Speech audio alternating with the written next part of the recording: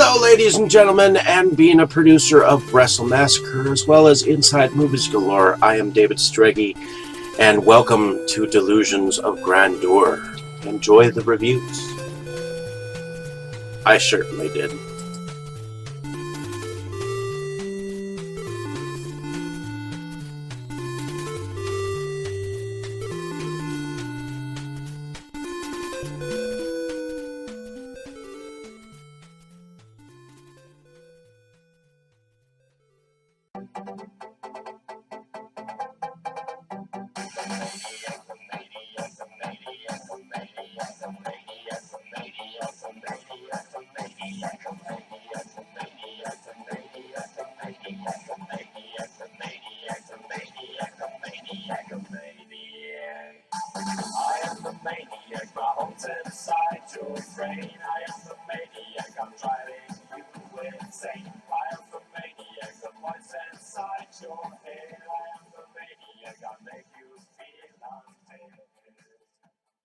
Okay, Dave, that's it. Screw you and your college flunkies.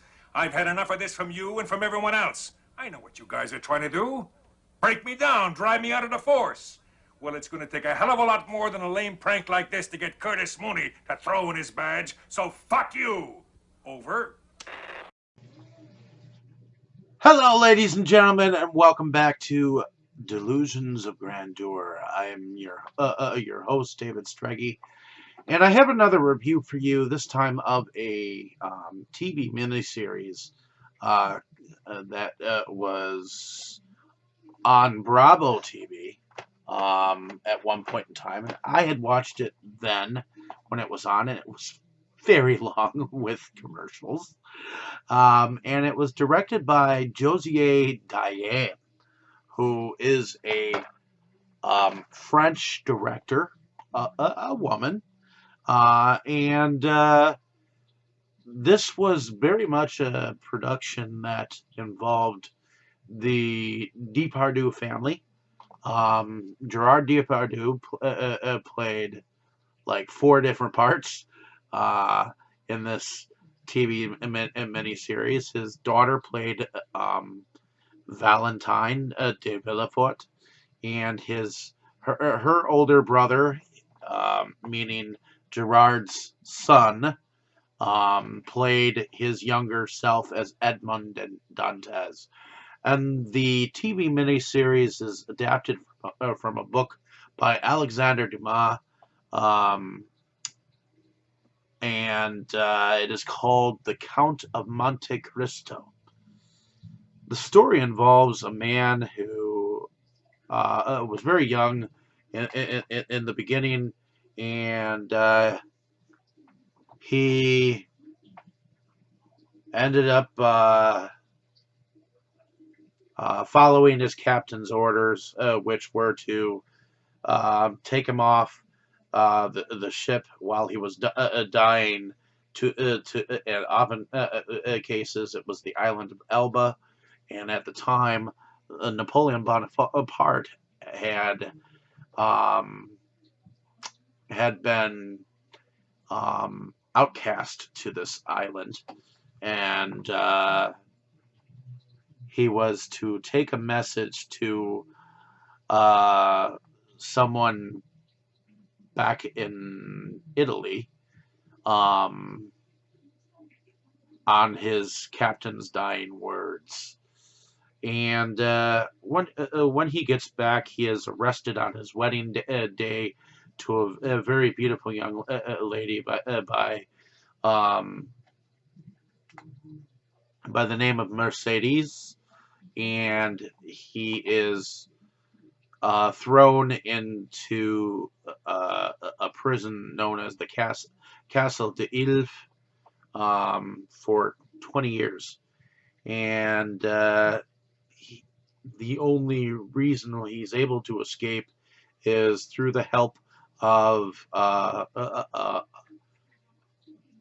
father, a religious man who was very educated and was able to teach him everything that he knew, because evidently he had met him in prison somehow by evidently trying to dig his own way out for many years. And the old father dies, and imparts to him this map of this treasure that is on this island called the Count called Monte Cristo. And so the only way that he's able to escape his prison is through the death of this father, and so the prison guards end up throwing his body off the cliff instead of the father's, and he escapes. Well, once he gets to the land, um, he is discovered by um, a pirate who ends up taking him on along on the journey, and as he is another helping hand to picking up stolen cargo or this and that. Well, um, along the way, um, probably some time has passed. He asks if he can be left on the island of Monte Cristo. Um, and shortly before this, he was told about a thief that was the cook on board. And evidently, this thief that was the cook ended up becoming his friend. And he had, after being left on the island, he overheard the captain saying that he was actually going to come back, and um, when he picked him up, he was actually going to turn him into the authorities because evidently prisoners from the prison that had escaped were worth more money. So what happens then is Bertuccio, played by Sergio Rubini, in here. He goes back to the island on his own with a fisherman, and he goes there to warn Edmond Dantes, which he remains mysterious half the time to Petruchio, anyways, because he does not. He once he finds the treasure, he comes back as a count, and he begins to enact a plan of revenge to get back at the men who had um, done him wrong. And it is a very in-depth, very intriguing story because the way that he goes about and watches them and learns the information, and he learns the reason why he went to jail is because he knew the name of the family member, which of Villafort's, who evidently his father was the one the message from Napoleon was supposed to have gone to. Not only that, but his friends, Cataraus and Danglars, which I believe Danglars was a shipmate who was jealous of his becoming captain of the Pharaon at a very young age. And yeah,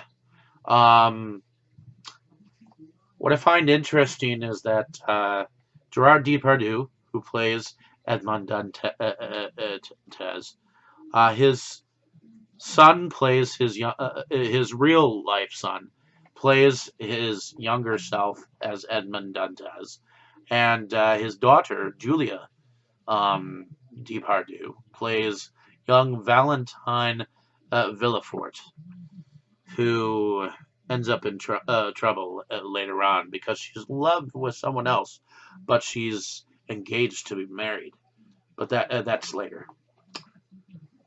So, um, eventually Bertuccio becomes like his right hand man, his best man, and ultimately the story involves a lot. There's a subplot of something that happened during a war. Evidently, during the 20 years that he was away, um, another Fernand de Morcerf, who was supposedly his friend. He became a general because of massacring a Turkish family, and in so doing, left a survivor of the massacre. So instead of being honorable, he had actually done something horrible during this uh, war, and using disguises as an abbey and a banker. Um, he was able to enact revenge on Danglars through becoming the Count of Monte Cristo, um, where he kept borrowing money by buying this bank that was in the port of the Catalans, where originally him and his father had lived.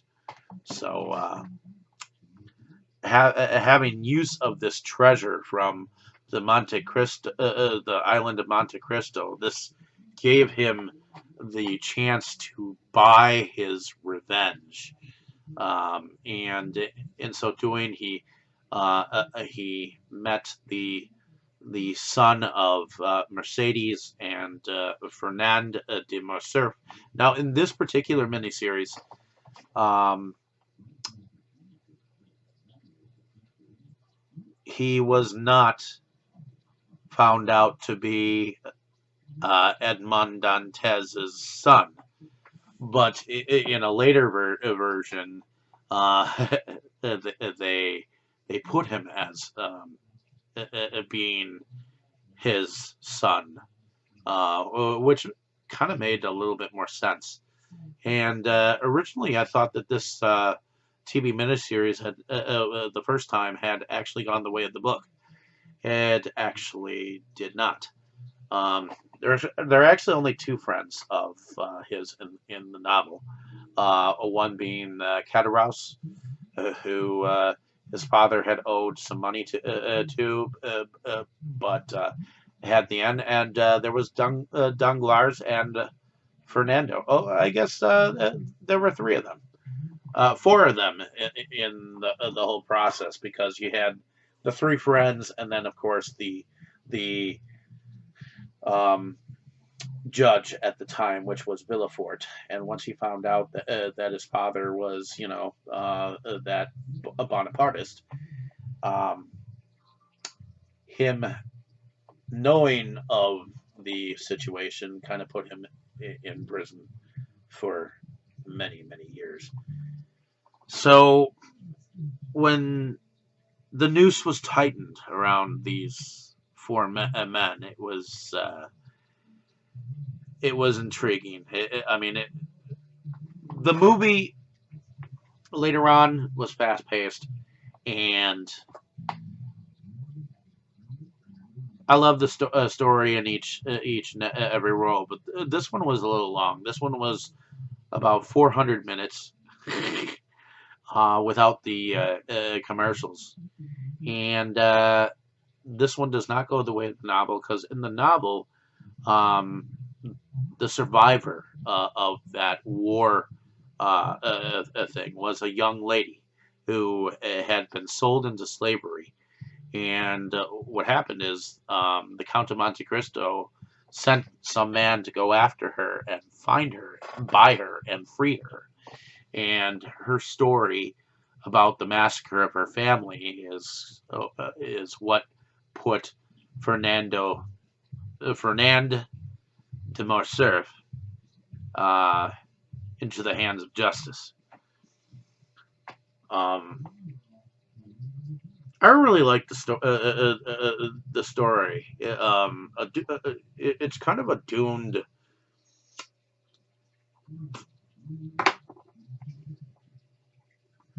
He started out a very a young man, very happy, and had just gotten everything, and everyone around him was jealous of his position and of his beautiful young wife.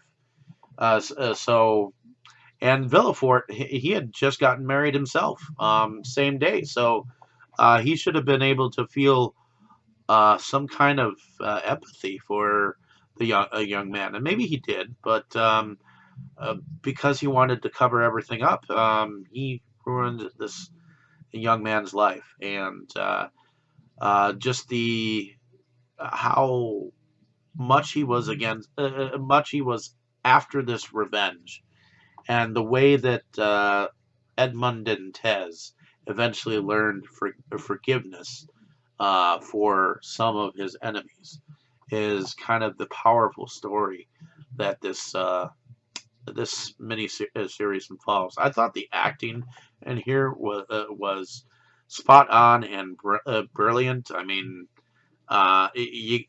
even though you had to read everything, thing, there was no English dub for this at the time, and whatnot.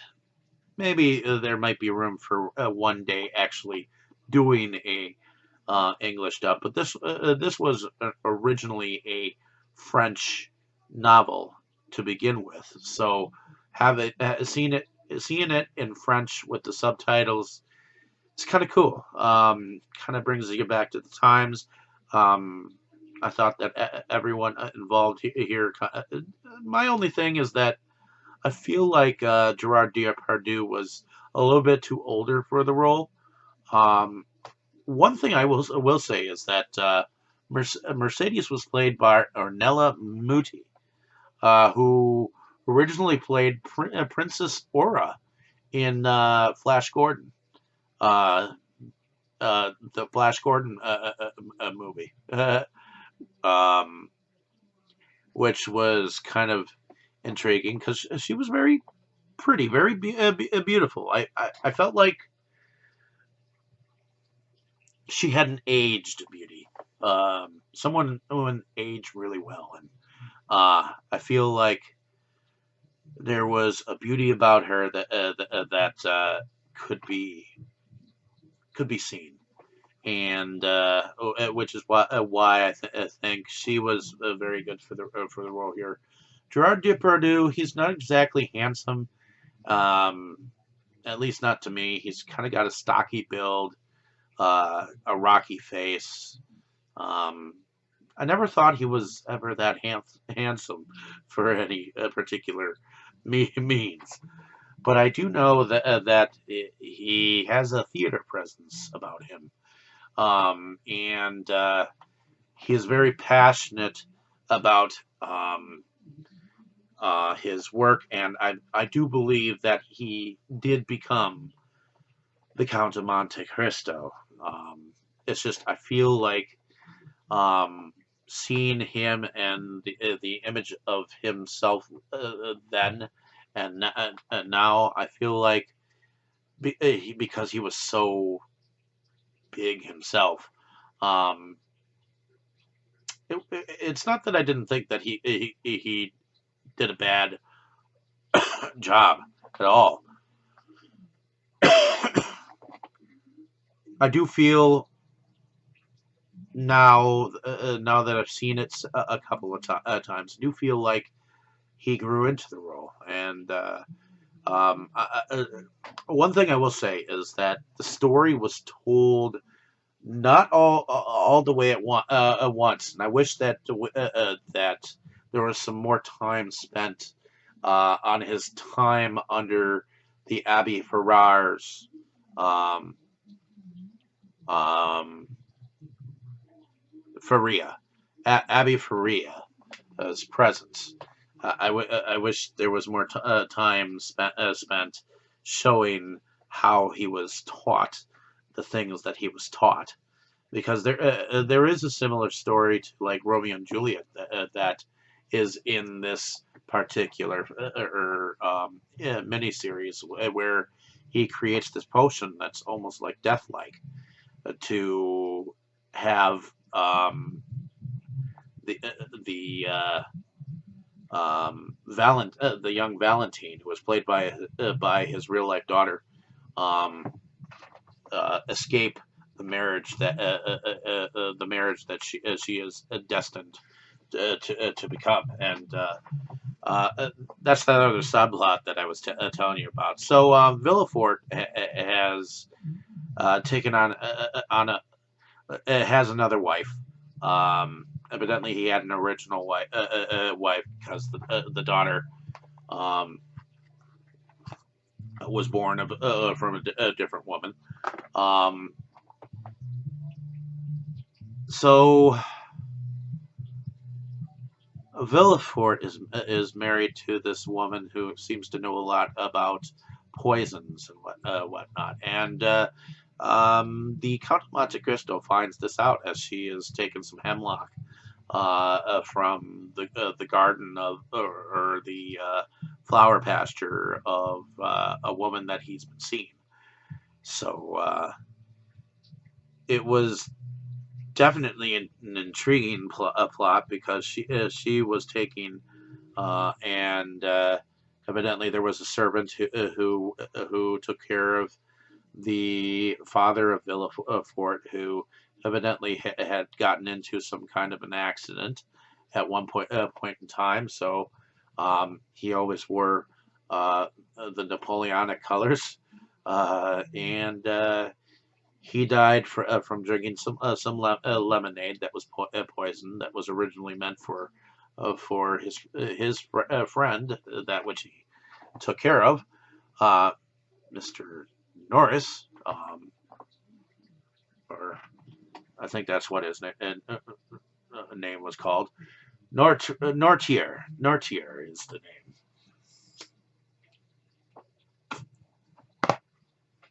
And then, of course, I believe the grandmother died. Um,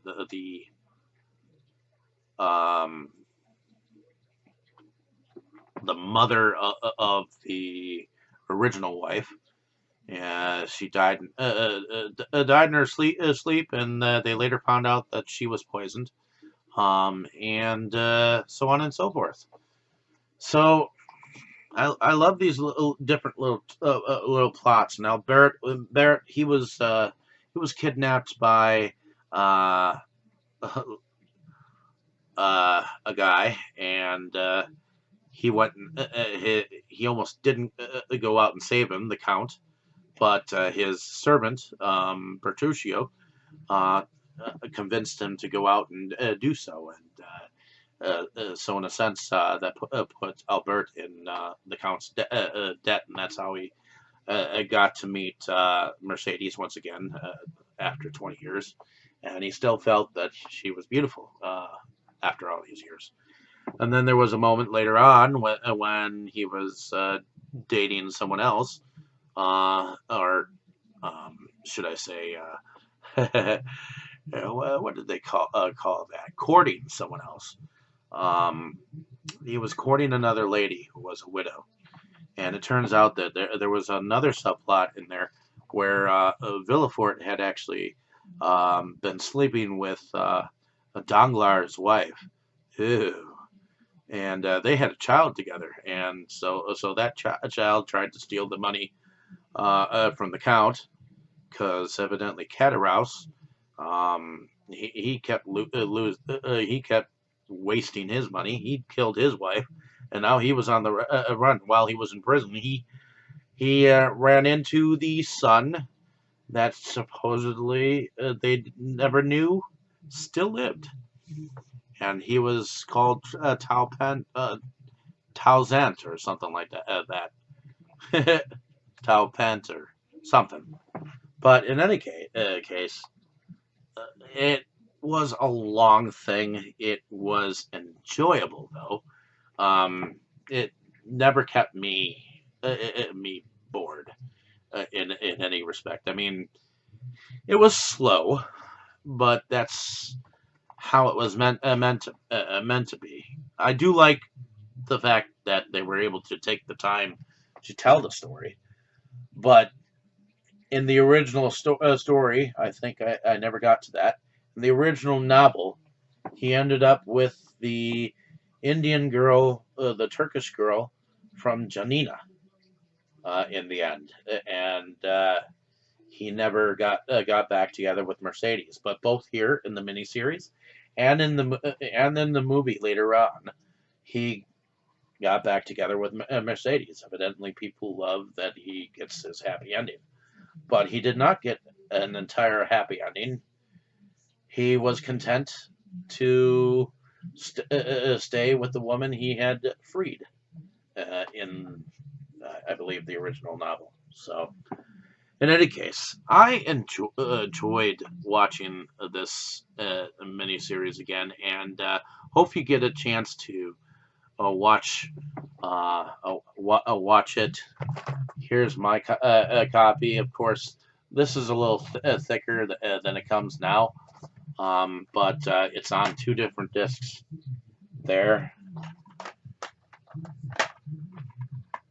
and there in four different parts. And sometimes when you put it in, it starts right away. So bear that in mind. But it was a very enjoyable mini series. The music of it was fantastic. I mean, you could hear the same music all the time. Let's see if I can. Okay, so the series for the whole episode, the whole series was the music was by Bruno Calais, and just looking to see if he. Okay, so he is actually still going as a composer. Um, his latest one that evidently he is going to be composing is Wolfwalkers. But I was just seeing if there was anything deep in the woods. Not sure if I've ever seen that. But it seems like he's been on a lot of things. The Boy Who Wanted to Be a Bear, One Way Ticket, All About Love, The Crimson Rivers, The Magnet, The Libertine. I wonder if that's the Libertine that I know. May not be, but in any case, hopefully you've enjoyed my description of this film. Like and subscribe to my page if you have not. Definitely check the film out when you get or the miniseries out when you get a chance. I mean, you do have to read. There is no way not to, because I don't think that there's ever been a dub. But I love the fact that it's directed by a French woman, and I think this was a very good miniseries. Now I have one other miniseries directed by this director, and it is a version of Les Miserables, and that also stars Gerard Depardieu, and that one I do think that he does portray really well. So, in any case, thank you for listening. Have a great day, evening, or morning, wherever you are. Appreciate your time spent here on the page, and let me know down in the comments if you've seen this TV miniseries on Bravo, or whether you own it yourself. It was definitely intriguing, and I just love the story all around, and every single one of its adaptations. It was enjoyable to watch again. Thank you. P.S. I wanted to say one more thing. Evidently, the son of Depardieu, who played the young Edmond Dantes, he actually died in um, some portion of, I think, 2011. So his name was Guillaume Depardieu, and says he died October 13th, 2008, in Garches House de Saint-Sienne, France. So he died at the age of 37.